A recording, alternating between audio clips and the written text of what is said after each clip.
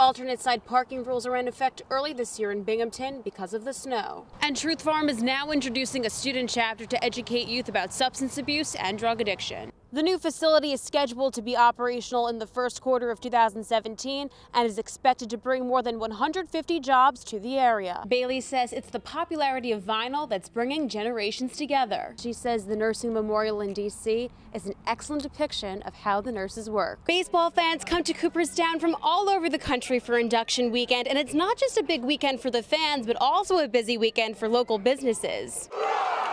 It was the trip of a lifetime for our nation's heroes. I'm looking forward to the entire trip.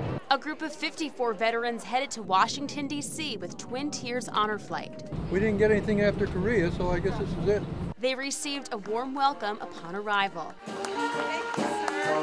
Thank you so much. And had a jam-packed day seeing memorials that took them back to their days of service. Very stirring to be here and with all these other veterans. I'm very honored to be with them and be one of them. Think of what the men had to go through to do that. And I really enjoy seeing it here in Washington. And it wasn't just soldiers. A former Army nurse also came along for the trip. To see these memorials, to celebrate being a veteran, the honor of just coming. And veterans got a surprise they never expected. Former Senator Bob Dole happened to be outside the World War II Memorial on Saturday. A lot of tears are shed because they think about when they were young and what they did and their family and somebody that didn't make it back. A reminder to the veterans of how lucky they are to be able to go to Washington and visit these memorials. Luckily, I didn't get killed or something, but got through it all. For many, the trip was a day to take time and reflect on their noble experiences. The support of each other, that's so important. And there was one last surprise on the plane ride home. Letters were distributed to the vets. They were letters from family members, just like when they were overseas serving our country. And upon the plane's arrival home, they were welcomed back to a thunderous applause. To some, the ultimate thank you. Justine Ray, 12 News.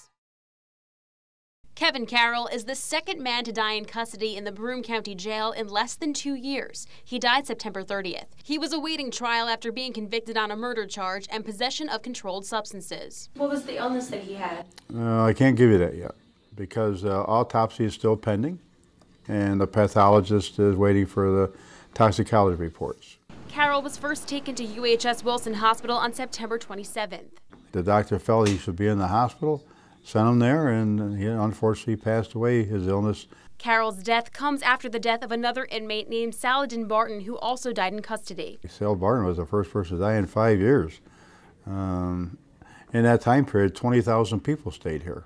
As for Carroll, Harder says it is up to the Commission of Corrections Medical Review Board to investigate the death and make a determination. A bunch of doctors get together and review all deaths, the same as this one here.